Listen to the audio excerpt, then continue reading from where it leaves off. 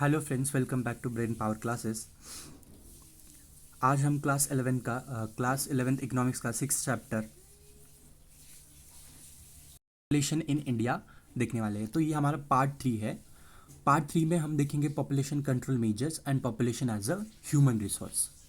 सो population अगर uncontrolled हो तो प्रॉब्लम बन सकती है, बट लेकिन एजुकेटेड और स्किल्ड पॉपुलेशन किसी भी कंट्री की बिगेस्ट स्ट्रेंथ बन सकती है।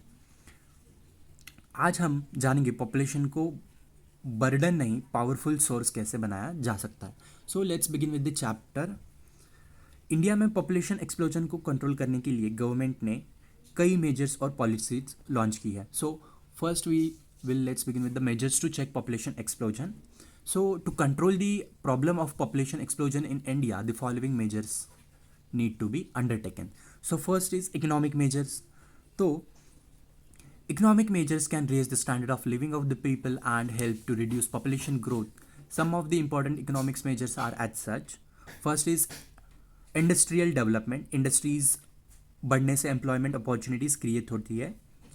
Second is employment generation, creation of employment opportunities. Jobs मिलने से स्टैंडर्ड ऑफ लिविंग इंप्रूव होता है। Third we have removal of poverty, poverty कम होने से लार्ज फैमिली प्रेफरेंस भी कम होती है। Equitable distribution of income and wealth, economic balance society को स्टेबल बनाती है। Second we have social measures. Population explosion is a socio-economic problem. It is related to illiteracy, superstition, orthodoxy, low status of women, etc. The following are the social measures. So spread of education is the first one. Education awareness create करती है, so education is needed. Improving the status of women, educated women family planning decisions better लेती है. Third we have raising the minimum age of marriage, raising the minimum age of marriage. Late marriage population growth को control करती है and early marriage population को increase करती है। Third we have third type we have population policy of India. So first population policy was implemented through following programmes. कौन सी policies है जो इम्प्लीमेंट की है वो देखेंगे हम। First is family planning programme which was launch in 1952। India दुनिया का पहला कंट्री था जिसने ऑफिशियली फैमिली प्लानिंग लॉन्च किया था, प्रोग्राम लॉन्च किया था। सो और इसका ऑब्जेक्टिव था कि बर्थ रेट को रिड्यूस करना है। Second we have family welfare programme.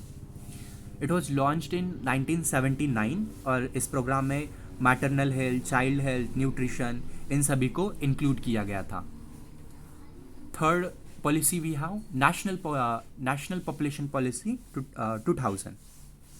सो इसके इम्पॉर्टेंट गोल्स थे जैसे कि फ्री एजुकेशन टिल 14 ईयर्स, यहाँ पे देख सकते हो, free education till 14 years, infant mortality reduce करना, रेट टू बिलो 30 पर 1000 live births, reduce maternal mortality rate MMR।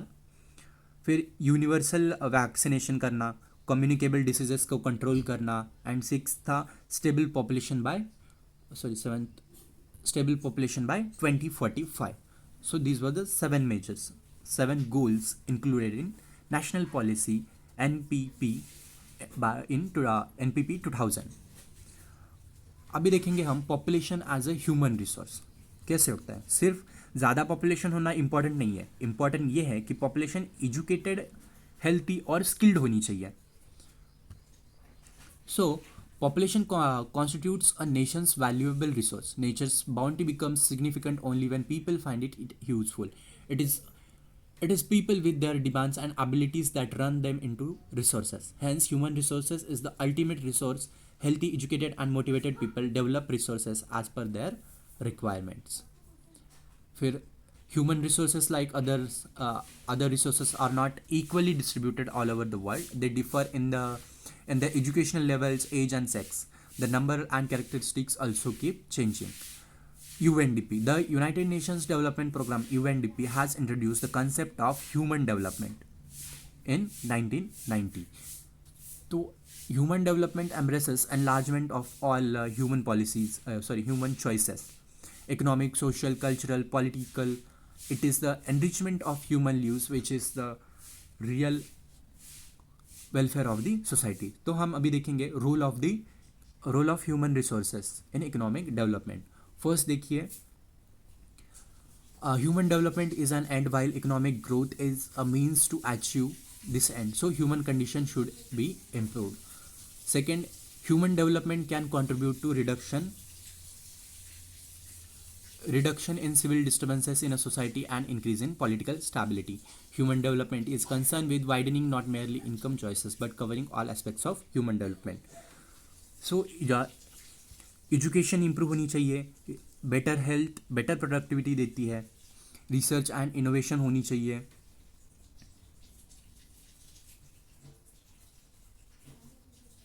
Human resources development occurs through provisions of educational facilities. Increase in literacy rate, especially among women, tends to reduce birth and infant mortality rate. This contributes to population control.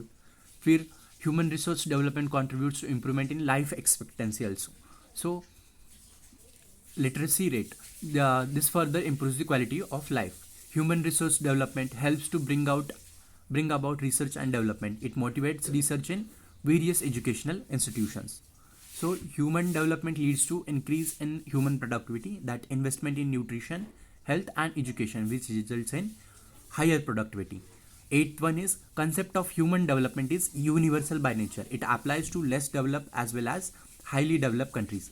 In short, human development embraces the entire society. So हमें याद रखना है कि education improves literacy, better health means better productivity, research and innovation भी contribute करती है, better quality of life, political and social stability, ये सभी होनी चाहिए.